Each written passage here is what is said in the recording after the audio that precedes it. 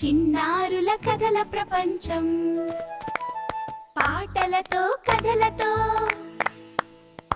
పట్టువదలని విక్రమార్కుడు చెట్టు వద్దకు తిరిగి వెళ్ళి చెట్టుపైనుంచి శివాన్ని దించి భుజాన వేసుకుని ఎప్పటిలాగే మౌనంగా శ్మశానంకేసి నడవసాగాడు. అప్పుడు శవంలోని బేతాళుడు, రాజా, చేపట్టిన కార్యం సాధించి తీరాలన్న పట్టుదలతో అర్ధరాత్రి వేళ ఈ శ్మశానంలో నువ్వు పడుతున్న శ్రమ చూస్తుంటే నాకు నిన్ను గురించి ఒక అనుమానం కలుగుతున్నది. అదేమంటే, అసలు నువ్వు సాధించదలిచిన కార్యమేమిటి? అది నీ శక్తి సామర్థ్యాలకు, ప్రతిభకు, కీర్తిప్రతిష్టలు తెచ్చేదా, లేక నలుగురిలో నిన్ను అవమానము, అపహాస్యాల పాలు చేసేదా? ఎందుకంటే ఎవరూ తమ స్థాయికి మించిన పనులకు పూసుకోరాదని అనుభవజ్ఞులు చెబుతుంటారు. వారి మాటల్లోని వాస్తవాన్ని నిరూపించేందుకు ఉదాహరణగా వీణాధరి అనే ఒక యువతి కథ చెబుతాను. శ్రమ తెలియకుండా విను అంటూ ఇలా చెప్పసాగాడు. చంద్రశిలా రాజ్యంలో రాజయ్య అనే పేద రైతు ఉండేవాడు. అతనికి వీణాధరి అనే అందమైన కుమార్తె పుట్టింది. ఆమె పెరిగే కొద్దీ ఆమె సౌందర్యం గ్రామమంతా ప్రసిద్ధి చెందింది. గ్రామంలోని శివుడు అనే యువకుడు చిన్నప్పటినుంచే వీణాధరిని ప్రేమించేవాడు. ఒకరోజు ధైర్యం చేసి తన ప్రేమను చెప్పాడు.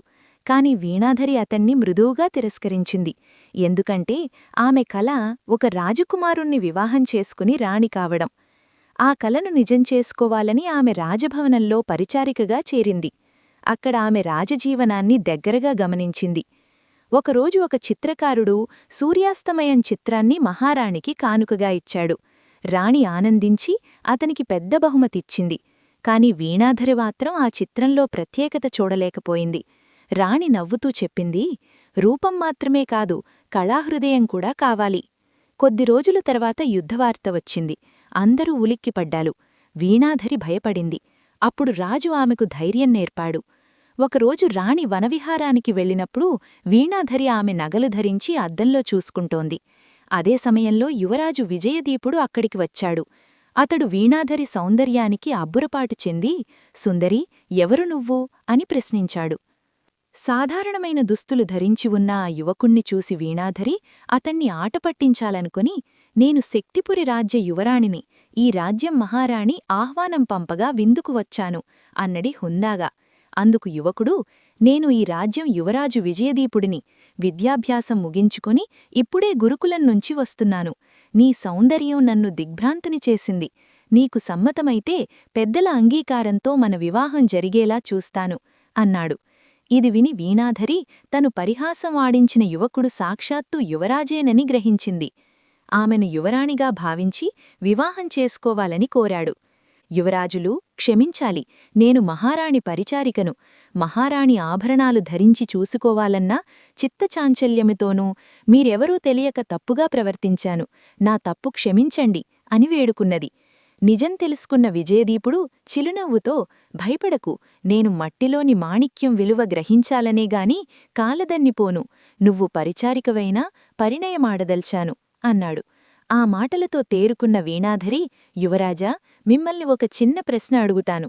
నేను వివాహానికి సమ్మతించకపోతే ఏం చేస్తారు అన్నది. ఆ ప్రశ్నకు విజయదీపుడు ఎంతగానో ఆశ్చర్యపోయాడు. యువరాజంతవాణ్ణి అడిగితే ఏ యువతీ కాదనగలదు?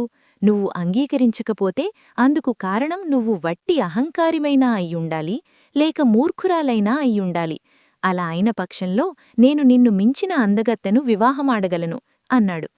ఆ వెంటనే వీణాధరి, క్షమించండి యువరాజా, నేను మిమ్మల్ని వివాహమాడలేను. కారణం వివాహం మరొకరితో ఏనాడో నిశ్చయమైపోయింది అని అక్కడినుంచి బయలుదేరి గ్రామం చేరి తనను ప్రేమించిన శివుణ్ణి వివాహమాడింది. బేతాళుడు ఈ కథ చెప్పి, రాజా, వీణాధరి చిన్నప్పటినుంచి రాజకుమారుణ్ణి వివాహం కావాలని కలలు కన్నది కదా, ఆ కలలు నిజమవుతున్న క్షణంలో చేజేతులా జారవిడుచుకోవడానికి కారణమేమిటి? తను ఒక దేశం రాణిగా కావడానికి అనర్హురాలని గ్రహించడం వల్లనా? మహారాణి ఆమెలో కళాహృదయం లేదని చిన్నగా మందలించింది. మహారాజు ఆమెకు ధైర్యంగా ఉండడం నేర్చుకోవాలని గట్టిగా చెప్పాడు. ఇది జరిగాక వీణాధరి తన స్థాయికి, శక్తి సామర్థ్యాలకు మించిన కార్యం సాధించావునని గ్రహించి ఉంటుందా?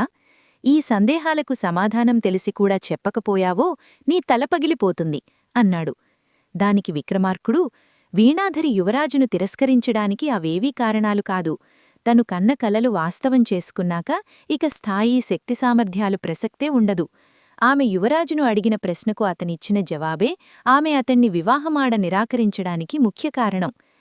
వీణాధరి తనతో వివాహం అంగీకరించకపోతే ఆమెను మించిన మరొక అందగత్తెను వివాహమాడగలను అన్నాడు యువరాజు. దీని అర్థమేమిటంటే ఏదో ఒకనాడు వీణాధరిని మించిన సౌందర్యమతి కంటబడితే యువరాజు ఆమెను భార్యగా చేసుకోగలదు. అప్పుడు వీణాధరి పరిస్థితి హీనమైపోతుంది.